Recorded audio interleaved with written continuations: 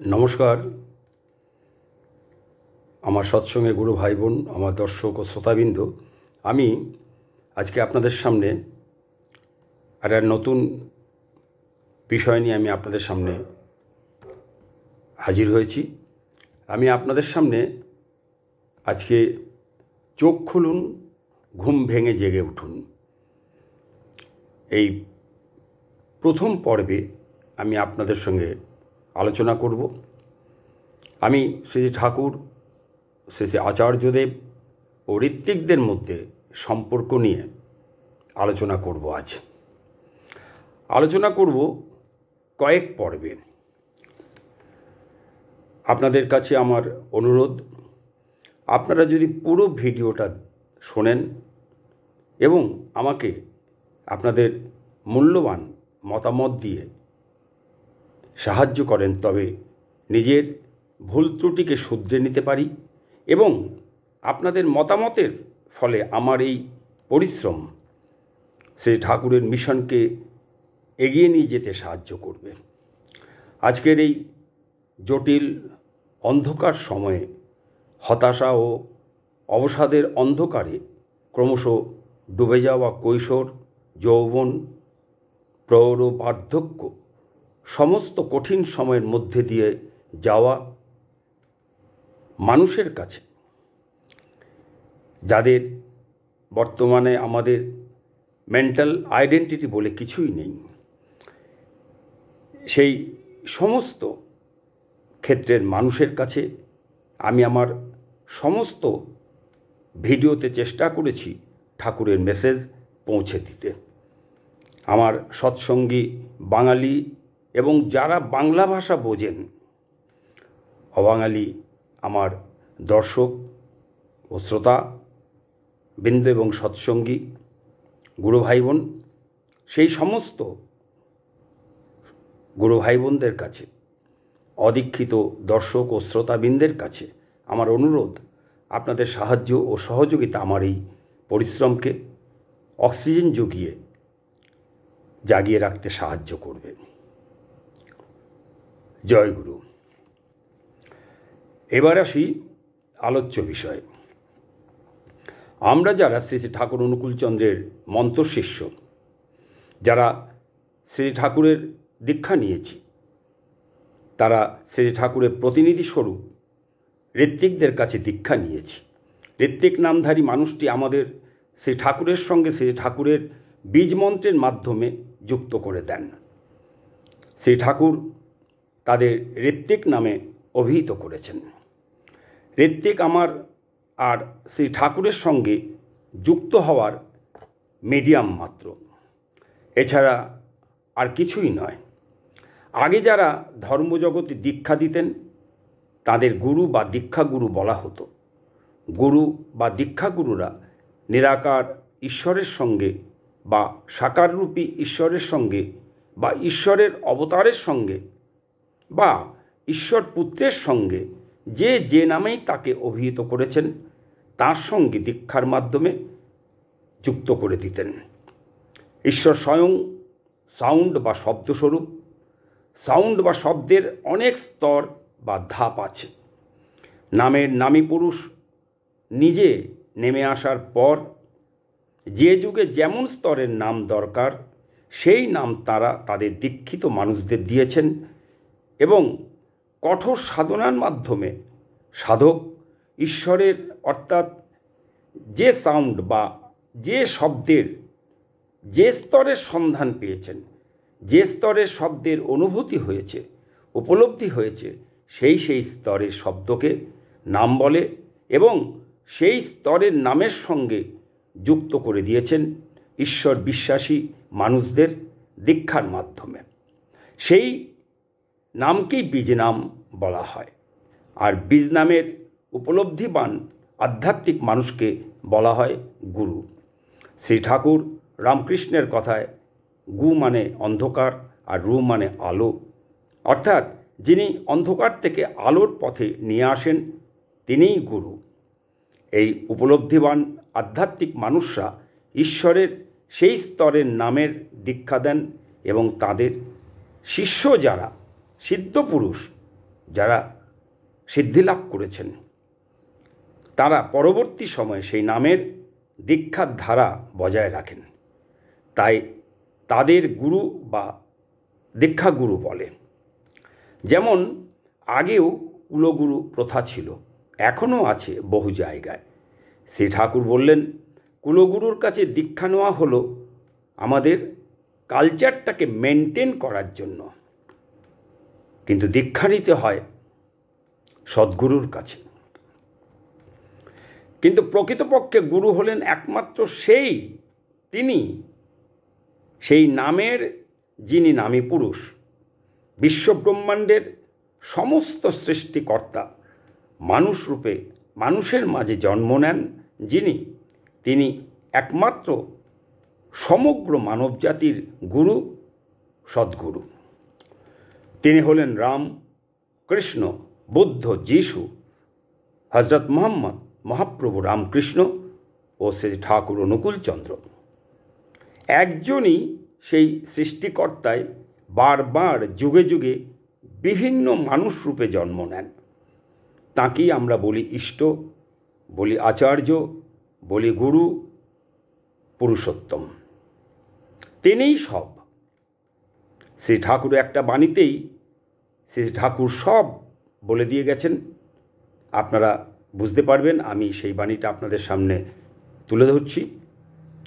শ্রী ঠাকুর বললেন, পুরুষোত্তমই রাজা প্রজা, জীবন যশের খেই, জন্মগত গুরু আচার্য, ঋত্বিক অধ্যর্য সেই, যাজক পূজক শিষ্য তিনি, গরিব ধনী একই জন, হৃদয় জোড়া সৃষ্টি ছাড়া সৎ অসতের বিশ্রয়ন। এই বাণীর মধ্যে দিয়ে তিনি সহজ সরলভাবে বুঝিয়ে দিয়েছেন তার স্বরূপ। এরকম বিভিন্ন সময় কথা প্রসঙ্গ এবং ভাব সমাধির সময়ও তিনি তার স্বরূপ ব্যক্ত করেছেন। ইষ্টই পুরুষোত্তম, তিনি ধর্ম স্থাপন করার জন্য যুগে যুগে আসেন। আর যাদের আমরা প্রচলিত রূপে গুরু বলি তারা হলেন ইষ্ট পুরুষোত্তমেরই বাহক। শ্রী ঠাকুর বললেন, ইষ্ট জানিস পুরুষোত্তমে, আসেন ধর্ম স্থাপনায়, গুরু জানিস তাঁরই পার্ষদ, তাঁকেই বহেন দুনিয়ায়। যাই হোক, সৎসঙ্গীদের শ্রী ঠাকুর স্বয়ং দীক্ষা দেন, দীক্ষা ঋত্বিক দেন না। শ্রী ঠাকুরের নির্বাচিত ঋত্বিক নামধারী মানুষটির মাধ্যমে আমাদের শ্রী ঠাকুর স্বয়ং দীক্ষা দেন। ঋত্বিক শ্রী ঠাকুরের নির্বাচিত প্রতিনিধি। ঋত্বিককে প্রদেয় পাঞ্জার মধ্যে শ্রী ঠাকুরের শক্তি নিহিত থাকে। ঋত্বিকের পাঞ্জা ও শ্রী ঠাকুরের দেওয়া ঋত্বিক লাঠির মধ্যে শ্রী ঠাকুরের প্রাণভোমরা লুকিয়ে থাকে। আমরা যখন ঋত্বিকের কাছে দীক্ষা নিই তখন ঋত্বিকের মধ্যে তিনি ওই পাঞ্জার মধ্যে দিয়ে অবস্থান করেন। শ্রী ঠাকুর তাঁর ঋত্বিক নামধারী প্রতিনিধিদের মাধ্যমে তার সন্তানদের নিজের সঙ্গে যুক্ত করে নেন এবং দীক্ষা গ্রহণের সঙ্গে সঙ্গে আমাদের এই জন্মের ও পূর্ব জন্মের সমস্ত পাপ, সমস্ত নেগেটিভ শক্তি তিনি নিজের মধ্যে ঋত্বিকের মাধ্যমে নিয়ে নেন। এই জন্য দীক্ষাদানের সময় যদি ঋত্বিক পবিত্র শুদ্ধ মনের, শরীরের, আত্মার অধিকারী না হন, যদি নামময় হয়ে না থাকেন, শ্রী ঠাকুরের সঙ্গে ঋত্বিক টিউন না থাকেন, তাহলে দীক্ষা দানকালীন সময়ে যজমানের অর্থাৎ দীক্ষা গ্রহণ ব্যক্তির যে সমস্ত পাপ, যে সমস্ত নেগেটিভ শক্তি, যে সমস্ত কর্মফল, সমস্ত কিছু ঋত্বিকের মধ্যে এসে জড়ো হয়, সেই সমস্ত পাপ, নেগেটিভ শক্তি, কর্মফল সমস্ত কিছুই শ্রী ঠাকুর সাকশন মেশিনের মতো ঋত্বিকের শরীর থেকে টেনে নিতে পারেন না। যদি না ঋত্বিক ঠাকুরের সঙ্গে টিউন থাকেন, নামময় হয়ে থাকেন। ওই যে পাপ ও নেগেটিভ শক্তি দীক্ষা দানকালীন যজমানের কাছ থেকে ঋত্বিকের শরীরে এসেছিল, সেগুলো সমস্ত কিছু ঋত্বিকের শরীরে থেকে যায়। ফলে তার প্রতিক্রিয়ায় শেষের সেদিন হয় মারাত্মক। এতটাই শুদ্ধ আত্মা, শুদ্ধ মন, শরীর, পবিত্র আত্মার অধিকারী হতে হয় ঋত্বিকদের। তাই শ্রী ঠাকুর বললেন, সিদ্ধ নয় মন্ত্র দেয়, মরে মারে করেই ক্ষয়। আবার বললেন, নিজে সিদ্ধ না হয়ে যে লোকে মন্ত্র কয়, নিজের করে সর্বনাশ, যজমানেরও ক্ষয়। আমরা দীক্ষা গ্রহণকালীন যে অঙ্গীকার করি, সংকল্প গ্রহণ করি, তা স্বয়ং শ্রী ঠাকুরের কাছেই করি, ঋত্বিকের কাছে করি না। ঋত্বিক উপলক্ষ মাত্র। ঋত্বিকের মধ্যে শ্রী ঠাকুর বিদ্যমান থাকেন। তখন শ্রী ঠাকুরের দিকে তাকিয়ে বলি, আপনি আমার প্রতি প্রীত হন। দীক্ষা নেওয়ার সময় আমরা যে ঋত্বিক প্রণামী দিয়েছিলাম, সেই প্রণামী দীক্ষাদাতা ঋত্বিকের মাধ্যমে শ্রী ঠাকুরকে দিয়েছিলাম। কারণ প্রকৃত ঋত্বিক আমার শ্রী ঠাকুর স্বয়ং। দীক্ষা দিচ্ছেন স্বয়ং শ্রী ঠাকুর। তাই দীক্ষা গ্রহণকালীন যে প্রণামী দিয়েছিলাম ঋত্বিককে, সেই প্রণামী শ্রী ঠাকুর নির্বাচিত প্রতিনিধি স্বরূপ ঋত্বিককে দিইনি। প্রতিনিধির মাধ্যমে দিয়েছিলাম আমার প্রকৃত ঋত্বিক যিনি শ্রী ঠাকুর, যিনি আমার ইষ্ট, যিনি আমার আচার্য, যিনি আমার গুরু, যিনি আমার পুরুষোত্তম, তিনিই আমার প্রকৃত ঋত্বিক। সেই তাকেই আমি দীক্ষা গ্রহণকালীন ঋত্বিকে প্রণামী দিয়েছিলাম। তারপর আমার ইষ্ট গুরু পুরুষোত্তম শ্রী ঠাকুরকে গুরু প্রণামী দিয়েছিলাম। আর দিয়েছিলাম শ্রী ঠাকুর প্রতিষ্ঠিত সৎসঙ্গ প্রতিষ্ঠানের প্রশাসক, প্রতীক গুরু, বংশধর শ্রী শ্রী আচার্যদেবকে। সৎসঙ্গের শ্রী শ্রী আচার্যদেব, ঋত্বিক, যাজক, অর্ধর্যু, সস্তয়নী ব্রতধারী সৎসঙ্গী এবং সাধারণ সৎসঙ্গী, এক কথায় শ্রী ঠাকুরের বীজমন্ত্রে দীক্ষিত বিশ্বজুড়ে সমস্ত সৎসঙ্গীর তিনি আচার্যদেব। কারণ একমাত্র শ্রী শ্রী আচার্যদেবই নিখুঁত আচরণ করে দেখান কেমন করে আমরা দীক্ষা গ্রহণ পরবর্তী সময়ে শ্রী ঠাকুরকে ভালোবাসব, তার নির্দেশিত পথে চলব। একবার শ্রী ঠাকুরের এক আমেরিকান ভক্ত প্রফেসর রবার্ট কামিং, ডাকনাম বব, তিনি শ্রী ঠাকুরকে দীক্ষা গ্রহণের পর বলেছিলেন, Thakur you guide me, Thakur আপনি আমাকে পরিচালনা করুন। শ্রী ঠাকুর হাসতে হাসতে বলেছিলেন, you love me and that love will dictate you how to be guided. তুমি আমাকে ভালোবাসো, ওই ভালোবাসাই তোমাকে বলে দেবে যে কেমন করে পরিচালিত হতে হবে। কত সহজ সরল প্রাঞ্জলভাবে বুঝিয়ে দিয়েছিলেন ঠাকুর আমেরিকান গুরুভ্রাতা বব কামিংদাকে তাকে ভালোবাসার কথা। এই কথার মধ্যে আমরাও জানতে পারলাম কেমন করে শ্রী ঠাকুরকে ভালোবাসবো। তাকে ভালোবাসতে পারলেই যে জীবনে আমি ঠিকভাবে পরিচালিত হতে পারবো, এমন নিখুঁত পরামর্শ আর কোথাও পাওয়া যায় না। তাকে ভালোবাসার মধ্যে যে লুকিয়ে আছে জীবনে সমস্ত কিছু সহজে প্রাপ্তির গোপন চাবিকাঠি, সে কথা এমন সহজভাবে কেউ বলেননি। এমন গুপ্তধনের সন্ধান কেউ দেয়নি আমাকে। শ্রী ঠাকুর আরও বললেন, প্রাপ্তির মধ্যেই আছে আপ্তি, অর্থাৎ আপন করে নেওয়ার কথা। আর শ্রী ঠাকুরকে আপন করে নেওয়ার মধ্যে দিয়ে যা কিছু সব পাওয়া যায়। কিন্তু তথাপি আমরা শ্রী ঠাকুরকে নির্ভেজাল অকপট ভালোবাসতে পারিনি। শ্রী ঠাকুরের কাছে জেনেছি, you love me and that love will dictate you how to be guided. তুমি আমাকে ভালোবাসো, ওই ভালোবাসাই তোমাকে বলে দেবে যে কেমন করে পরিচালিত হতে হবে। এ কথা জেনেছি, কিন্তু তবুও কেন জানি ভালোবাসতে পারিনি ঠাকুরকে, পারিনি আমার সবটুকু দিয়ে, আমার জীবন দিয়ে ঠাকুরকে ভালোবাসতে। অজানা থেকে গেছে আমার কাছে আমার সবটুকু দিয়ে, আমার জীবন দিয়ে ঠাকুরকে ভালোবাসার টুকটুকু জানতে, রপ্ত করতে। অনেক বড় ফাঁক থেকে গেছে শ্রী ঠাকুর আর আমার মাঝে ভালোবাসার। এই ফাঁকটুকু ভরাট করে দিয়েছেন, এই অজানার টুকটুকু ধরিয়ে দিয়েছেন। কেমন করে শ্রী ঠাকুরকে ভালোবাসবো তা হাতে কলমে করিয়ে শিখিয়ে দিয়েছেন আমায় যিনি, তিনি হলেন শ্রী ঠাকুরে অচ্যুত সশ্রদ্ধ আনতিসম্পন্ন প্রবুদ্ধ সেবাপরায়ণ তদ্বিধি ও নীতির সুষ্ঠু পরিচালক ও পরিপালক সানুকম্পী চর্যা নিরত সমন্বয়ী সামঞ্জস্য প্রধান পদ নির্লোভ অদ্রোহী শিষ্ট নিয়ন্ত্রক প্রীতিপ্রাণ প্রতীক গুরু বংশধর শ্রী শ্রী আচার্যদেব। আচার্য প্রথা ও আচার্য পরম্পরার মধ্যে দিয়ে আমরা শ্রী ঠাকুরকে ভালোবাসার অমৃত ভালোবাসার স্বর্ণসিন্দুর পান করে চলেছি। শ্রী ঠাকুরের কথা অনুযায়ী যুগাবতারের অবর্তমানে তাঁতে অচ্যুত আনতিসম্পন্ন ছন্দানুবর্তী জীবন বৃদ্ধির আচরণ সিদ্ধ তদ্বংশধর ইষ্ট প্রতীক স্বরূপ থাকতে পারেন, আর তিনিই হলেন শ্রী শ্রী আচার্যদেব।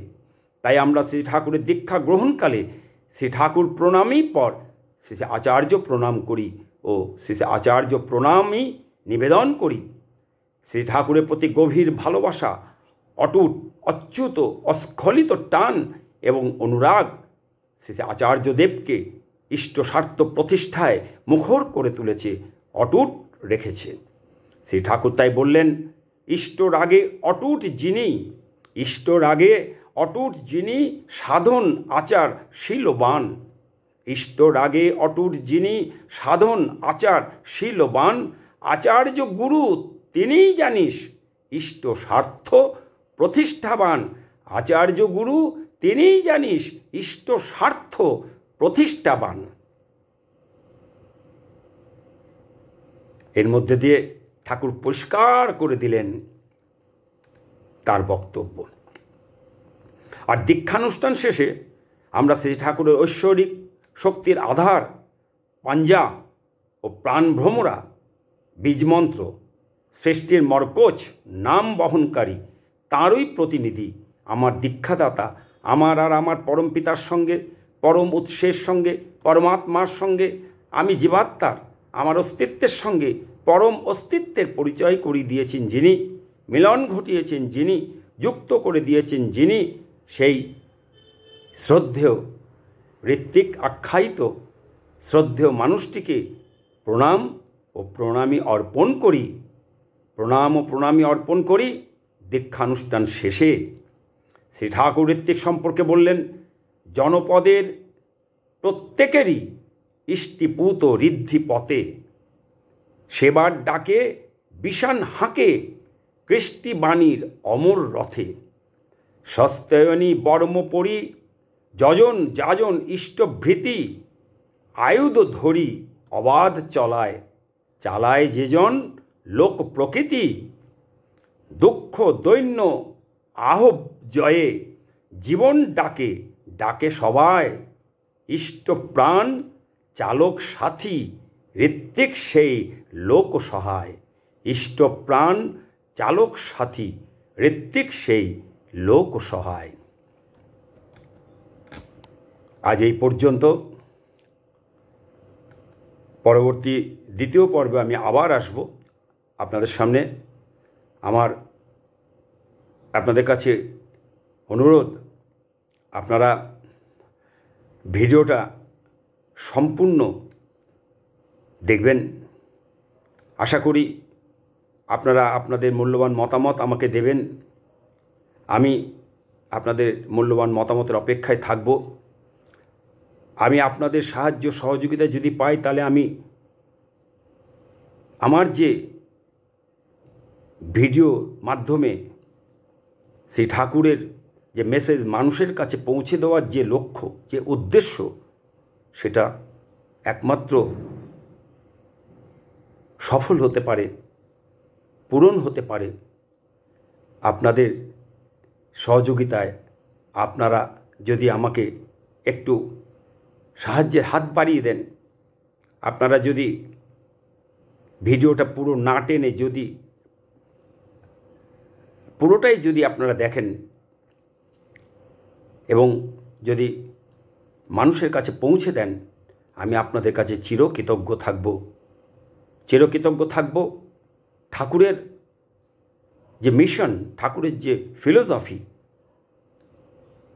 বর্তমান জর্জরিত পৃথিবীতে মানুষের কাছে, বাংলা ভাষাভাষী বা বাংলা ভাষা যারা জানে যে অবাঙালি আমার ভাই বোনেরা, তাদের কাছে পৌঁছে দেওয়ার সুযোগটুকু আমি আপনাদের কাছে চাই। নমস্কার, জয় গুরু।